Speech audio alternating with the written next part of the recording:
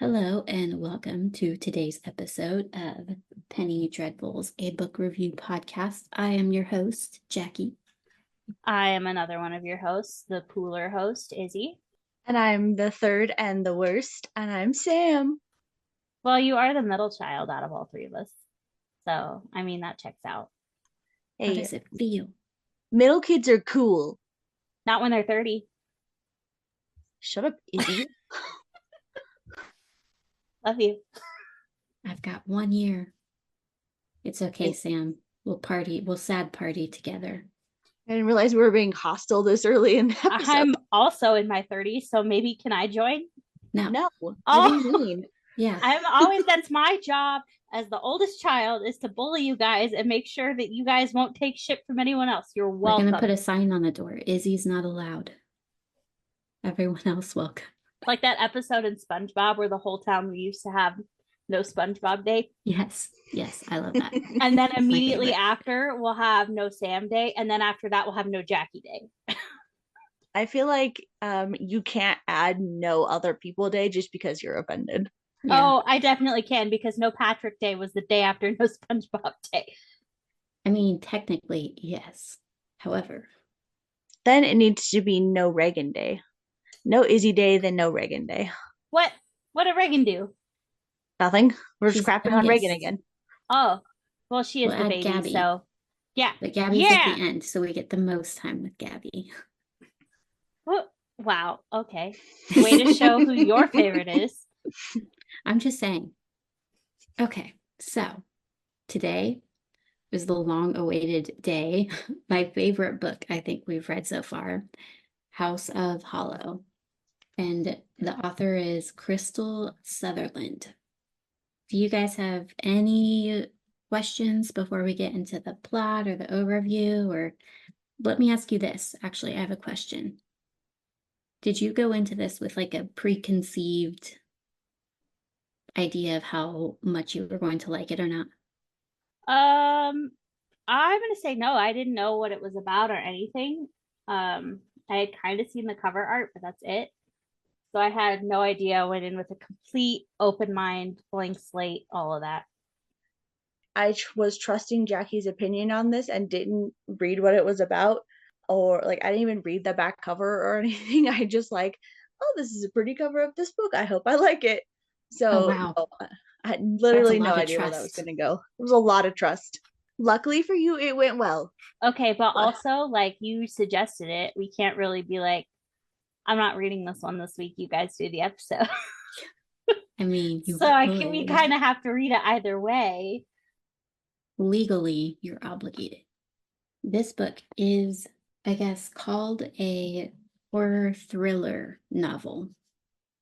And it's actually young adult. But before this scares away our non-young adult audience, unlike the book we read 2 weeks ago, the one that got away with murder by Trish Lundy, how to put this in words, because I have thoughts about this.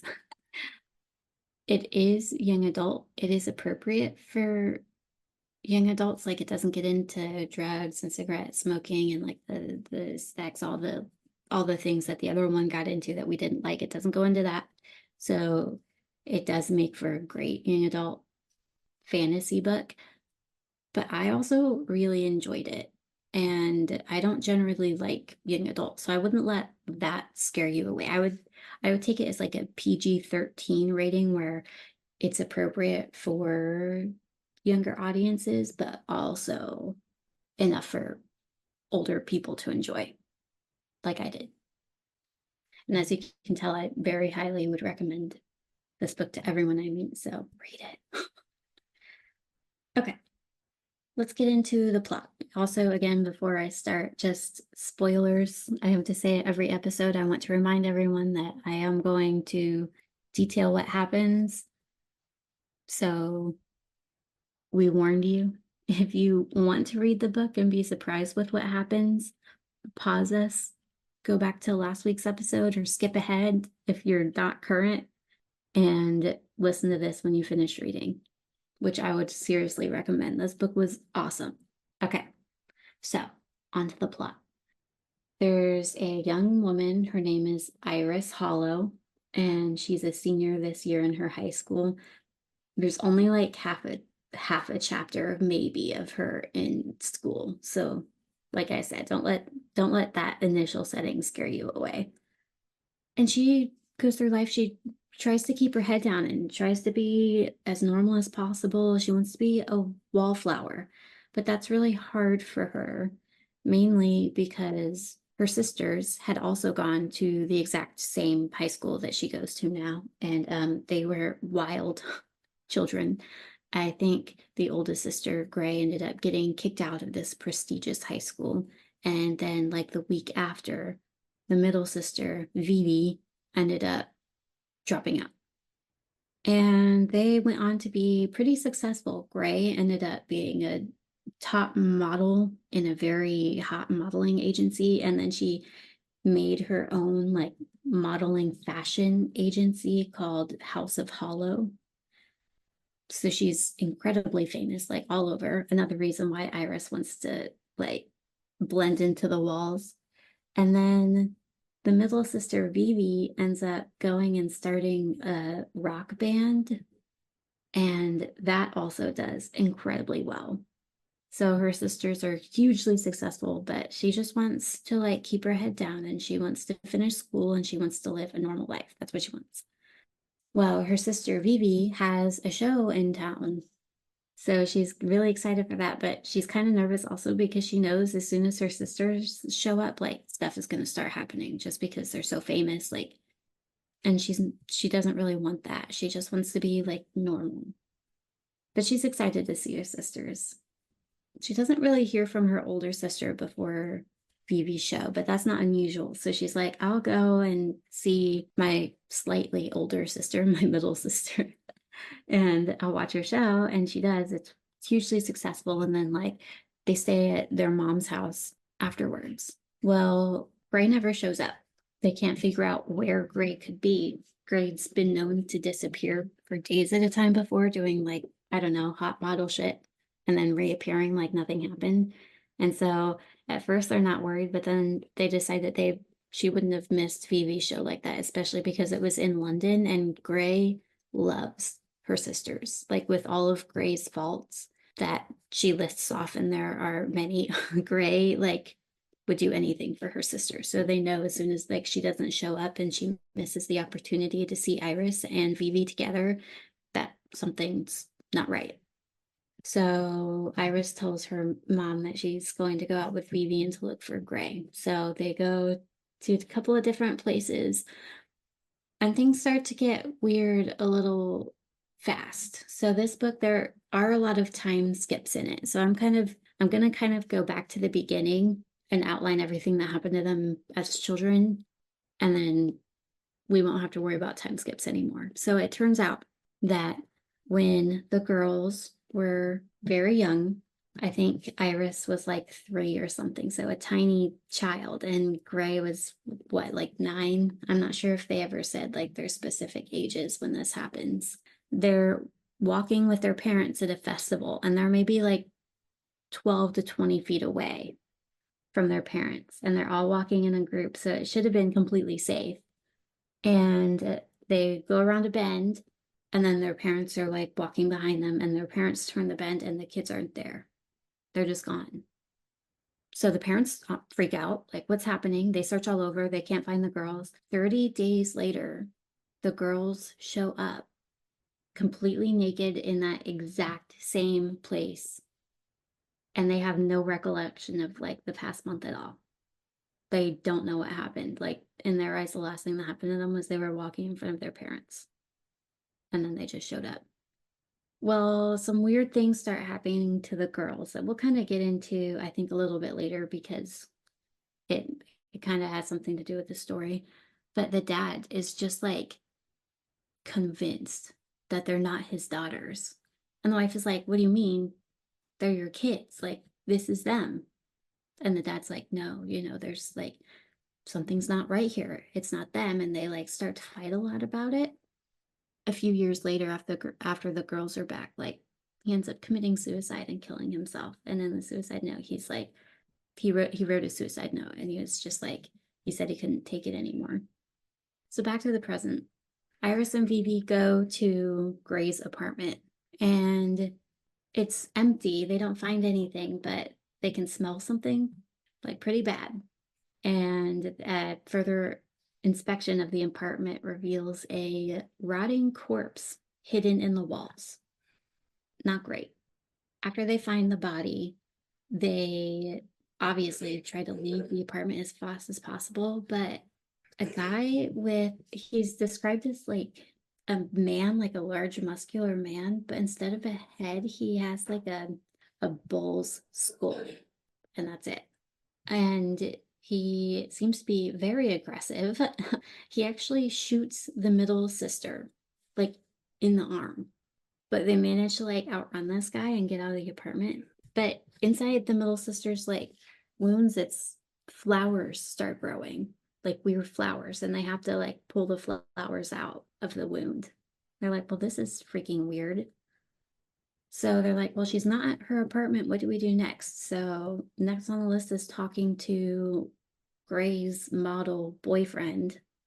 And he's like, yeah, she's just leaving for a few days. That's what she always does. She does this for attention.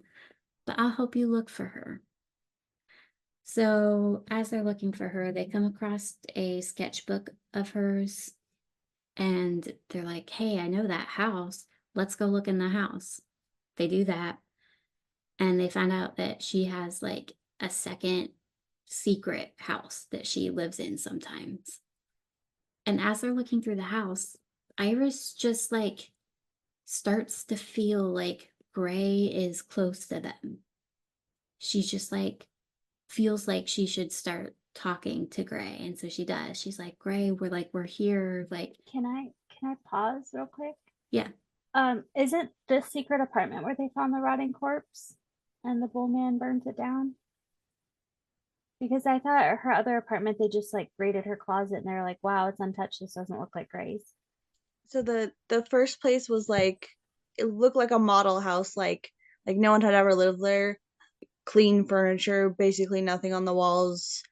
And then the second place was full of like they said like witch stuff, like Yeah, they're crazy witch stuff. Like she yeah. had been like, Yeah, okay, so the second house had the body in it. okay. But also Iris is able to like yell for Gray, and because she like senses her presence kind of. And it's very confusing even to Iris, because Iris doesn't know what's happening. But she's able to like reach into the wall and pull Gray out. And so they find Gray and they take her to the hospital because Gray is not really coherent and she's like bloody. They don't really know what's going on, but Gray is like adamant that her sisters need to like leave and to run and to hide. So they take her to the hospital to get help. Gray gets seen and helped, but while they're at the hospital, they get attacked by, I read them as kind of like zombies. Yeah. That's what they seemed like to me. It was like kind of zombies in the hospital. And Iris and Vivi are like stunned.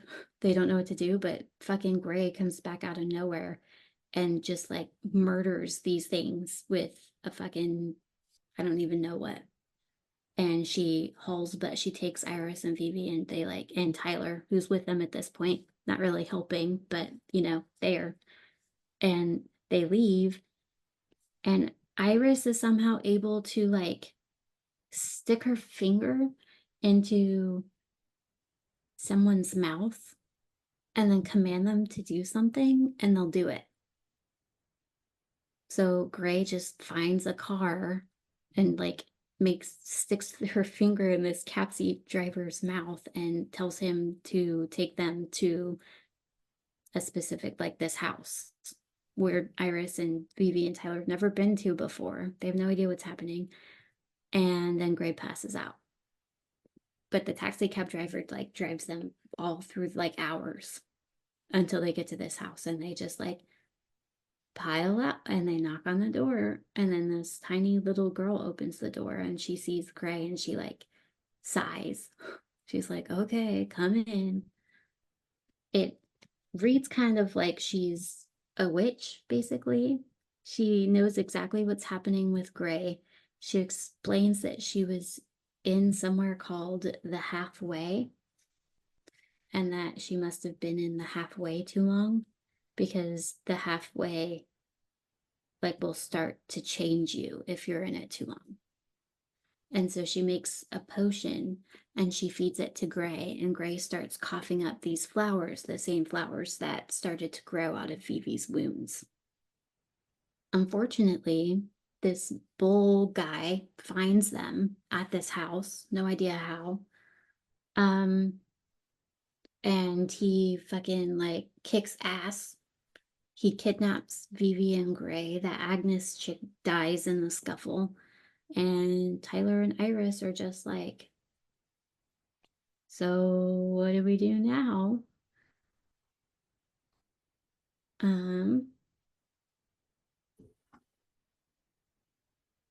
I'm not really sure how the plot jumps.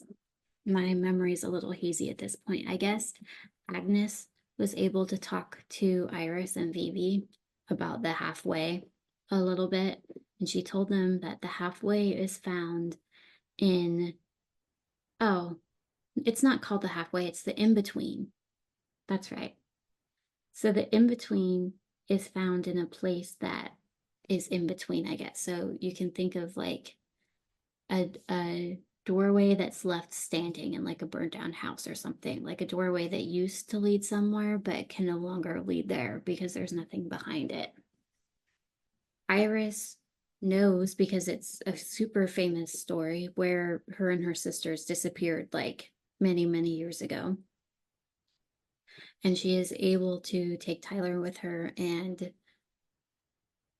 there's a church there that had like burned down or had something happened to it like that, but the door was still there. And so I guess Iris realizes that that must be where they had gotten into the in-between the first time when they were really little. And so she steps into the in-between with Tyler. And they don't really have a plan except try to find her sisters in this in-between place. So they walk around, and it's really creepy the way it's described. Like it's completely gray, like all the trees are dead, like not a lot of light. And Iris is basically following these like flashes of intuition and stuff from her memory. Like she finds a piece of like coat that she remembers from a picture she or one of her sisters had been wearing the day they disappeared so many years ago. And she happens upon this little house. And so she's like, she remembers it a little bit. And so she goes towards the house and she finds 3 little gravestones outside. And on the gravestones, the names are Gray, Vivi, and Iris. She's like, I guess I'm not Iris Hollow, because if I'm Iris Hollow, then who's in the grave? They find like a bunch of other stuff in the house, like a big blood spot, and like the clothes that they had been wearing were all in there. And so they end up leaving and staying the night in the in-between because they can't figure out where to go from there. But Iris wakes up and Tyler's not there. And so Iris looks around for Tyler and kind of gives up on him. So she's like, well, I guess I should keep going towards my destination. Like, I just need to keep looking for my sisters, and maybe I'll find Tyler along the way. I'm going to take a pause at this moment, right at the climax, and tell you something. When the girls were young and they came back, the reason why the dad was convinced that they weren't his daughters was because Iris, the real Iris, had lost some teeth. And when Iris came back, she had those teeth. So there was no way that she could have regrown those teeth, because her baby teeth, like, they don't regrow. And he went as far as to taking her to a dentist and everything, and the dentist confirmed, like, yeah, those are baby teeth, like the adult ones are behind them. And so the dad's like, this is not my daughter. There's no way. Even creepier, the girls all had dark hair and blue eyes. And as they like came back, their hair started to grow out white and their eyes like turned completely black. And I guess there is like in stressful situations, there is like, you know, your hair can grow white, stuff like that. And that's kind of how the mother tried to talk the dad down, was like, it's just this thing happening, that, you know, they had a traumatic experience, and the dad was convinced like there's no way, like something weird's going on. And then he ended up killing himself later. So back to the main story. Iris is like walking along, and she finds like Gray and Vivi, but they're tied to stakes, kind of like you would imagine a witch about to be burned at the stake would look like. And there's a third one, which she assumes is for her. But thankfully, she sees Tyler right there, and she's like, oh, thank God you found them already. Like, let me help you untie them.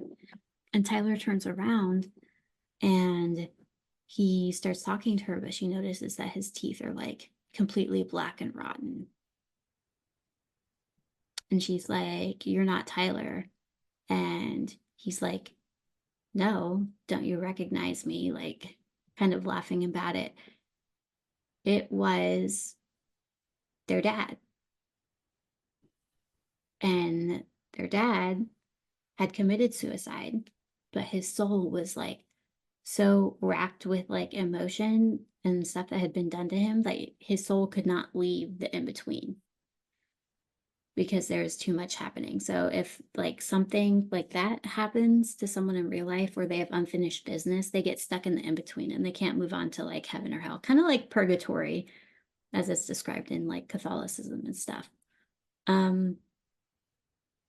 So Gabe, the dad, I guess I never said his name this entire time, was putting the pieces together when he was alive, and he had pulled all three of the girls into the car, and he was going to like kill them if Gray didn't tell him where his daughters were, because he knew that they weren't his daughters. And so Gray had to use the mind control trick that she knows how to do, and convinced him to kill himself. So it wasn't actually suicide. It ended up being like she just fucking killed him, basically. So that's fucking awful. But what's more awful is the slow realization as you're reading that because the girls are buried and they're not the girls, but they look like the girls, what's happened? So the dad takes the time to helpfully explain that apparently in the in-between, you can skin someone completely to where they're left with just like a teeny tiny scar on their neck.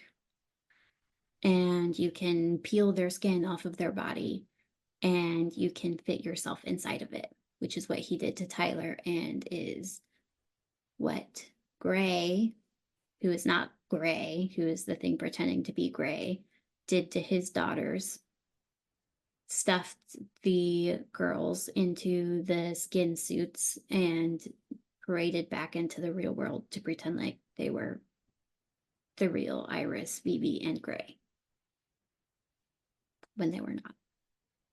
So Iris is completely distraught. Like, she had only known this guy as her father for years, because they were all like a happy family pretty much until he killed himself. Convinces him that, you know, his daughters are gone, like, you need to move on, and convinces him to like move on from purgatory into his final like resting place. But that also means that Tyler is definitely dead.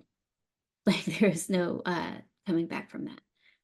And she thinks she sees him after like Gabe leaves and moves on, but he like fades back into the tree, so she can't really see. And Iris is able to rescue Vivi and Gray. Gray, it turns out, had been spent years like studying the in-between, and like figured out that she could use her blood because she's not a human. She's like, I guess, basically a changeling. I don't think it ever actually says what they are. She could use her blood as like a portal for the in-between. So she's able to paint her blood on the three of them and get them out of there safely. So now they're all out of the in-between together, surviving this trip. And Iris tells Vivi what happened with the real Iris, Vivian Grey. And she's shocked, and they both decide that while they love Grey, they're not going to have a relationship with Grey anymore. Like what she did was just like so just and Grey is like trying to justify it, like, I did what I did so we could have a life. But Iris and Vivi are like, you murdered like 3 tiny babies, you know?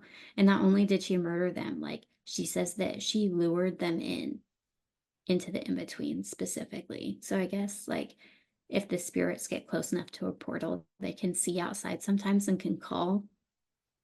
And she had done that to the little girls to grab their attention, and they came through. And then she like lured them to the cabin like an evil witch or something in a fairy tale. And then like, yeah, it didn't end well for them. And then she like brought them back, and I guess she says Iris had and Vivi had asked not to remember, and so she used her power on them to make sure they didn't remember.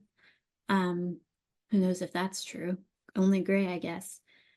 So that's not good. But they attend Tyler's funeral because they had to like tell people that he was dead, but they don't have a body or anything.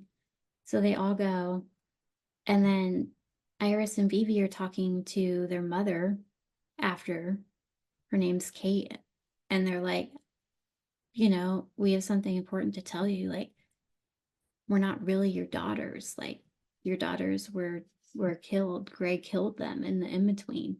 And Kate was like, I know, but I've been your mother for 10 years. I'm not going to stop being your mother. Like, you're my daughters and I love you. Which was so sweet.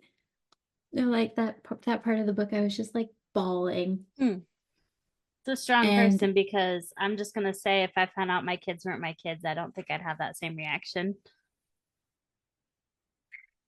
yeah, I guess it takes like it takes a mother's love, I guess, or like a special person just to be able to overlook. Because I don't think she suspected for a long time.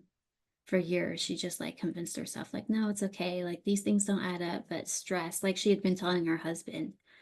But I guess what like really solidified it for her was Grey was like 17. She had just gotten kicked out of school, and their mother was just like done with her behavior and stuff, and was like calling her out on her actions. And Grey like leaned in really close and said something to Kate.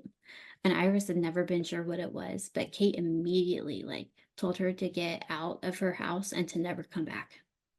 And since that day, like she had no like love for Grey. She like didn't want to be around Grey. And Iris was like could never figure it out. She could never be like what could your daughter say that was so bad to you that like you just like kicked her out like that? And Kate would tell Iris, like, you can go and have a relationship with Grey. I know she's your sister. I know how important that is with you, but I will never talk to Grey again, ever.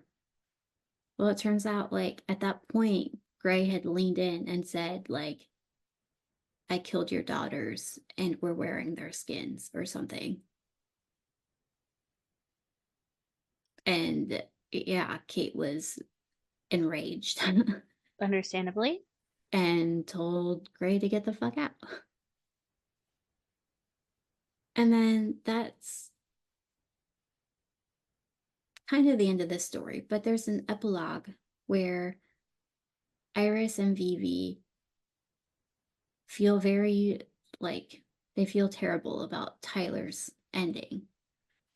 They think he's still stuck in the halfway or the in between, and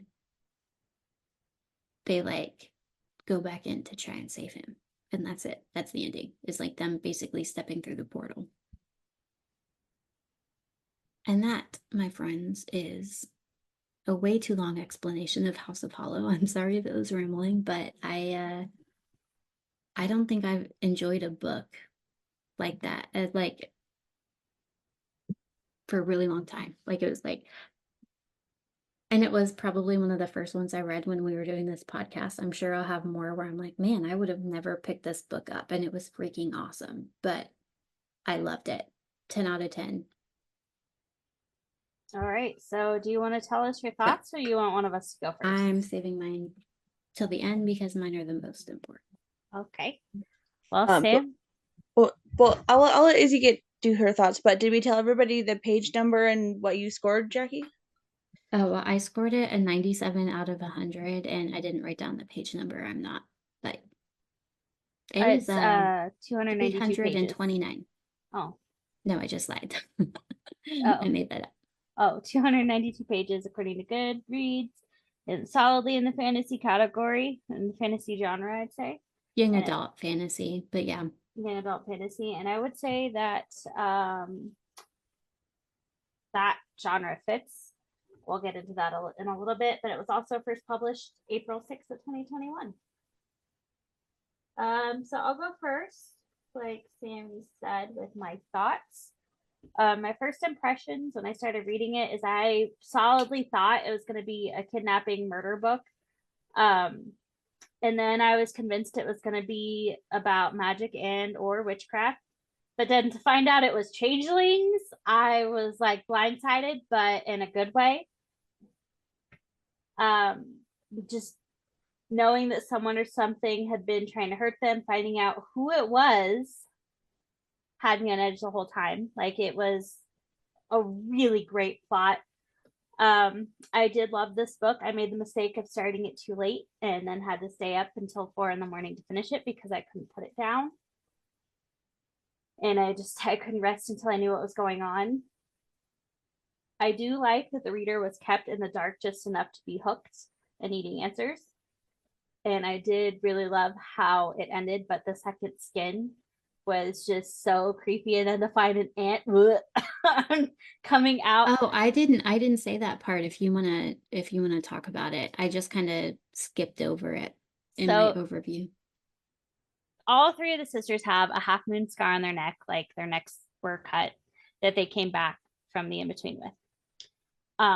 And they always just thought like someone had tried to hurt them or something. But it turns out that's the scar from where Gray sewed the skin of the young girls to them.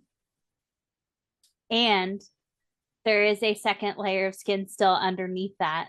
And we never get to know what they actually look like, which freaked me out. But also, like, there's a part after when they're in the hospital with Gray after she comes back from the in-between, that Iris noticed a bump on her scar, and when she like picks that up and pulls it back, an ant comes out because of being in the in-between with the flowers and the rotting and the ants, like the gross stuff Gray threw up, it's inside of her. And they also have to take the potion when they get to Agnes's house, but it freaked me out and I hated it. So I think the aim of the book was to explore a realm that existed halfway between life and death. The book discusses what that place would look like, smell like, how to get there, and what kind of creatures exist in that space. I was really dying to know what the Hollow Sisters actually were, and I will say that I would recommend this book to really anybody. Like, it's one of, like Jackie said, the best books that I've read in a while. I gave it a 92 out of 100. So very, very good. There is a quote I would like to read from the book that kind of struck me. It's on page 120, and it says, "He was a grim testament to a truth I knew but refused to acknowledge, that it was possible to suffer devastating, incomprehensible loss and continue to live, to breathe, to pump blood around your body and supply oxygen to your brain." And I just kind of thought that was a section of very good writing. I had feelings the entire time that I was reading this book. I initially was very against Caitlin, the mom. I had no idea what the fuck was up with her. And then by the end, I realized she was in the right the entire time. At first, I was very confused why someone's mom wouldn't want them to call her mom. But then it kind of came back in the end that she had kind of known the entire time they weren't her kids, that she was just resigned to say, well, I have something that resembles them. They're my children. They have personalities too. I'm going to know and love them anyway. Because I think they say in the book, like, it's better to have some kids than no kids, which is something that Gabe, the father, did not agree with. Um, I was also so concerned and worried about Gray the entire time. And then to find out she was the actual villain really blew my mind. I loved it. Their papa seemed to be mad with grief, committing suicide, and then coming back from the dead to punish the sisters who had murdered his children and him, but then just being able to move on out of the halfway was it is called the halfway. The halfway was crazy. I just thought, like, when I was reading that part, I was like, I think Iris ended up just being like, hey, your daughters are waiting for you. Yeah. Why are you still here, bro? I agree. The reveal with the Hollow Sisters, speaking of being dead, was done very, very well. I understood Kate better. I did not initially realize after everything came out and it came out that she knew that they weren't hers, why she allowed them to be close to her. But like I said, it's better to pretend that three strangers in a house were children than no children at all. I don't think that exactly fits though. I think on some level, she knew Vivi and Iris were not responsible for it. And that's why she maintained a very close relationship with the two of them. I think that she knew that Gray was the ringleader. So I think that kind of fuels the relationships in the book. The only thing I will say that I wish I had more of is I really wish I had more of a backstory on the Hollow Sisters, the imposter children. Um, I want to know what they are because I find it very hard to believe that a child or a child spirit would know to lure children in and steal their skins. So to me, it doesn't feel like what the Hollow Sisters are is human. And so I really, really wanted to know more about them, know more about like what they are actually, because it doesn't feel like they're human. So I wish we had a little bit more of that, but that's the only note I had. This book I think was very well done. And that is the end of my thoughts. I loved this book. I rated it a 90 out of 100. Not really for any particular reason. I just feel like, I don't know, like there could have been more, maybe. But it's still fantastic. Would still absolutely recommend it to anybody. Um, would probably still read it again, actually. But um, one thing that like one thing that's really stuck with me was like the actual suicide note that dad wrote. I never wanted any of this. And when they first read it, they thought, like, they took it as, you know, he didn't want to kill himself. That's how I read it, is how they took it.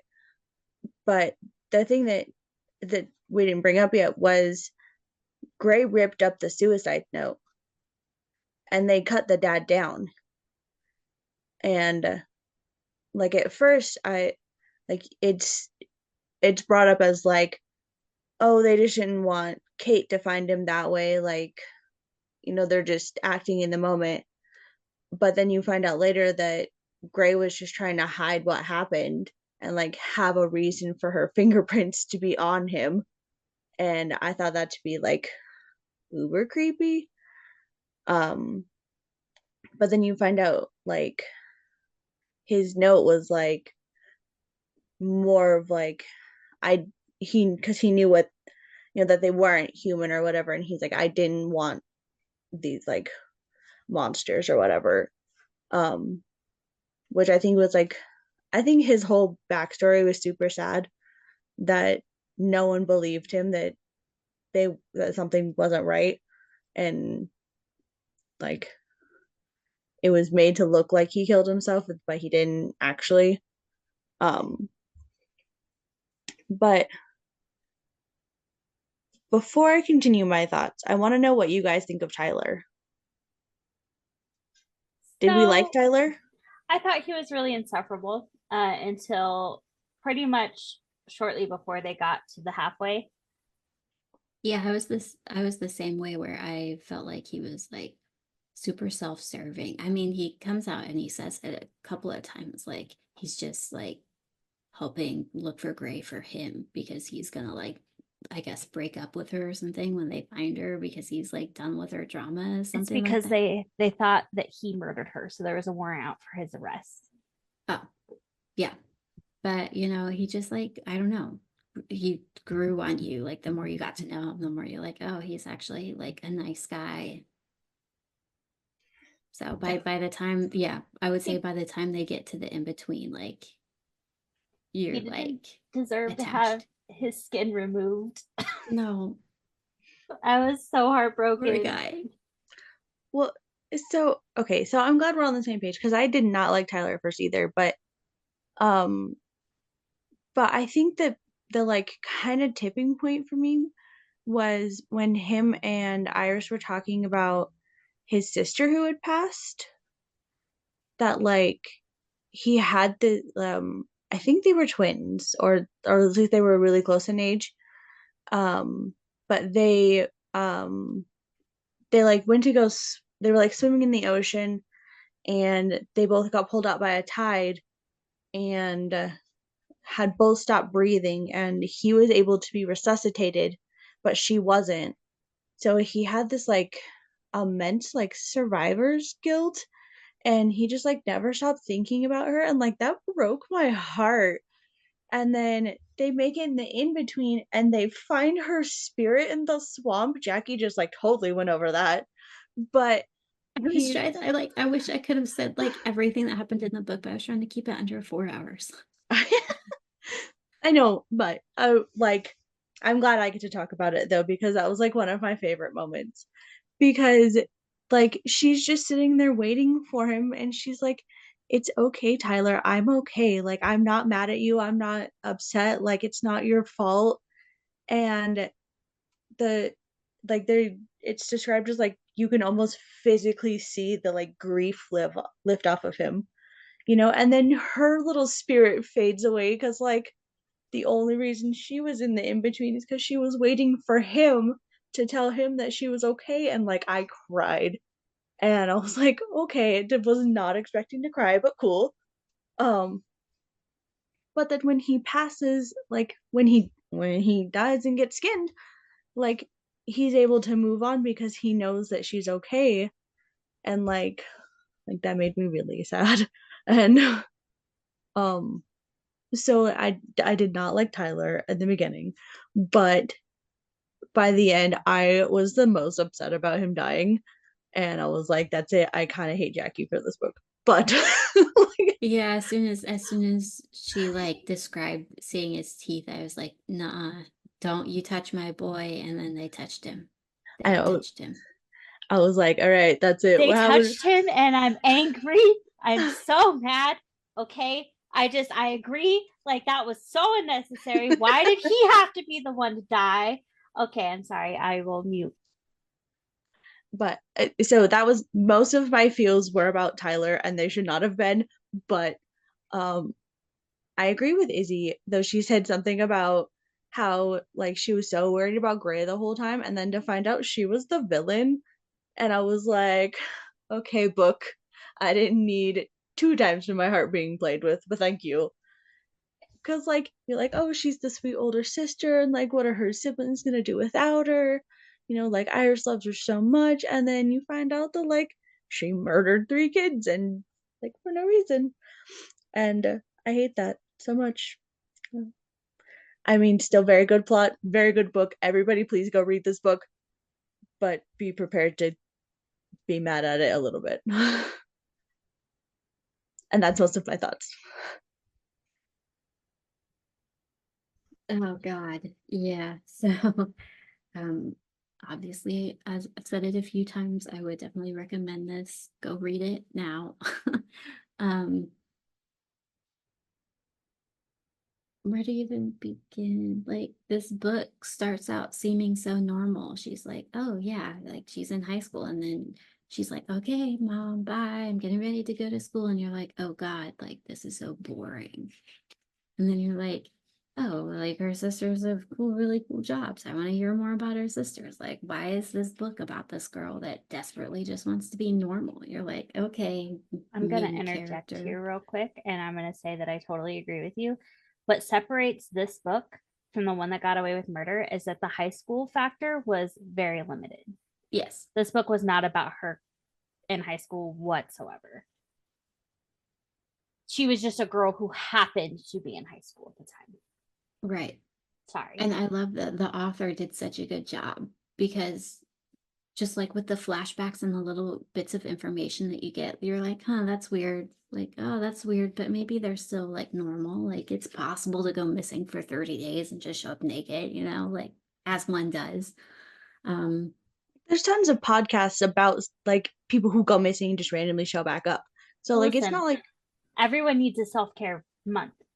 Oh my Agatha God. Christie did it. Well, she had 3 days, but it's fine. Maybe not when you're babies, but it's fine. But you like all you hear of Gray is from Iris's perspective. And Gray is just always loved her sisters, loved and protected and cared for them and would do anything for them. Even when they were found, like she was found like hugging them. She was like the one protecting them over all like the press, everything that had come from it. Like you knew that Gray loved her sisters. And so I think that's why I was like, oh my God, find Gray at all costs. We must protect her. Oh. And then like we talked about this whole time, like just finding out what Gray had done was such a betrayal because you had like just seen Gray as like Iris's perspective of like the untouchable, like older sister. And suddenly it's like, oh, she's not the older sister you've come to. It's like that moment when you're growing up and you realize your parents aren't perfect people. That realization, but times 100 because she murdered 3 small children. Yeah, I'd say that's probably times 100. Times 100. Um, well, and then like I think I could be wrong, but didn't she say that like she brainwashed them to forget? Like that's part of her powers, like manipulating people. She like made her sisters forget so they didn't know that they Well, weren't human. with that one, similarly with Tyler, because they had that brush with the halfway already, they were immune to her powers. So that was the whole thing, is you forgot because you wanted to forget. that's what she did use her powers on them, but she said that they had asked her to. Well, no, I thought that they were completely immune. They had asked her to, and they accepted like that instance of her power. So it worked then because Iris legitimately had no recollection of what happened. So that's what Gray told them anyway. And then I just want to give like my take on the ending. So Iris, the youngest, in all ways, I think even Kate like recognized their innocence. Her and Vivi, especially Iris, because Iris legitimately didn't do any, even with like the murdering and the skinning, the only thing she did was like get in when Gray told her to. And so she like the entire time afterwards, like the girls, like Gray always knew she had powers and she could like bend people to her will, like with her fingers or like her aura or something. And Vivi ended up realizing that she could do that too and used it to help with like their band and stuff, get their band off the ground, and used it to like further her own gain. But Iris never ever did any of that. Even when she saw her like big sisters do it, she never did that. She never wanted it. And I think that's why when they're in the in between, in the halfway, and they see Gabe would have moved on when the girls were dead because that's what had been holding him was the fact that like his daughters had been murdered. And so he went in there, he like took care, he was the one that buried them. We didn't tell you guys that, but he buried them. He made the grave markers for them. He took care of them, and killing the things that killed his kids would have like helped him move on. And I think like seeing Iris and like realizing that she was innocent and she didn't have anything to do with it, and her like saying, your daughters are waiting for you, and convincing him to move on, was what like finally he was just able to like let go. And I had thought, when I first read it, I had thought that Tyler had moved on, because as like the dad is moving on, she like looks to the side and she swears that she sees him like dissolve into the trees. But with that's the only reason why I gave it a 97 and not 100, because like the epilogue was confusing to me. But I don't know, maybe I read it wrong, because Iris and Vivi go back in to try to save Tyler. That's the epilogue. So maybe she didn't see him move on or something. I don't know. But if there ever is a House of Hollow book 2, I will be first in line at that bookstore. Like, pre-ordered nothing. I might be the only one in line, but by God, will I be there. We will. So many I'll be fun. there with you. Yeah. Yeah. I want to say, don't worry, we will be there with you. We will have House of Hollow Part 2 episode, and it'll be fantastic. Excellent. We'll like sit outside the Barnes and Noble with like chairs, like camp chairs, and everybody will be like, "What are you doing?" Please leave. Pre-orders open at midnight. Oh my God. Yeah, I guess that's all of my thoughts. I laughed, I cried. It was like it expanded my human experience reading this book. Oh my God. No, it was great. Oh, I also forgot to mention, so okay, I probably would not have picked up this book normally just based off the cover. I think Jackie brought that up, that she was like, I don't think I would have read it, but I'm super happy I did. Because like I love the fables, the myth, whatever, of changelings. Like, I think that's such a cool but really freaky concept. And I don't think I've ever read a book that had changelings in it, other than to say like, oh, we're changelings or whatever. Like, I don't think like there's been this kind of exploration of it, and I thought that was really neat. So thank you, Jackie. Anytime. I think that's it for me. I don't think I have any other thoughts, Izzy. No, I really agree with everybody's takes. Like, it was a good book. At the end of the day, all three of us would recommend it to really anybody. Don't let the young adult tag fool you. It's still pretty good. I would recommend it to the young adult base as well. Like, I'd say young adults probably for like 12 to 17 is really what they're going for there. And with the one that got away with murder, I would not recommend that to that base, but this one I would. But I would also recommend this to people that have outgrown that as well. It's just a good story, hands down. Yeah, that's that on that. You can send us an email and let us know your thoughts to pennydreadfulspodcast@gmail.com. If you're watching this on YouTube, please feel free to give us a like, subscribe to our channel, comment your thoughts. We would love to hear them. We would also just love book recommendations or thoughts in general about the episodes. If you've read this book and you'd like to let us know, we have a book group on Goodreads at Penny Dreadfuls podcast, not podcasts. We're also on Facebook and Instagram. Jackie will tell you a little bit about that. Yeah, look us up. We're at Penny Dreadfuls, a book review podcast. And yeah, so next week we will be doing Suicide Notes by Michael Thomas Ford. It's a fiction and another young adult book. It's about 295 pages and published in 2008, and our darling Sammy recommended this one to us. And then the week after that, we're heading back to some Agatha Christie with Death on the Nile. We'll revisit Hercule Poirot. By that time, Jackie will probably figure out how to say it. It's of course Hercule Poirot. It's also a mystery book, 352 pages, and published in 1937 this time. So yeah, join us in the next coming episodes for those books. And Jackie, go ahead and end that recording. Aye, aye, Captain.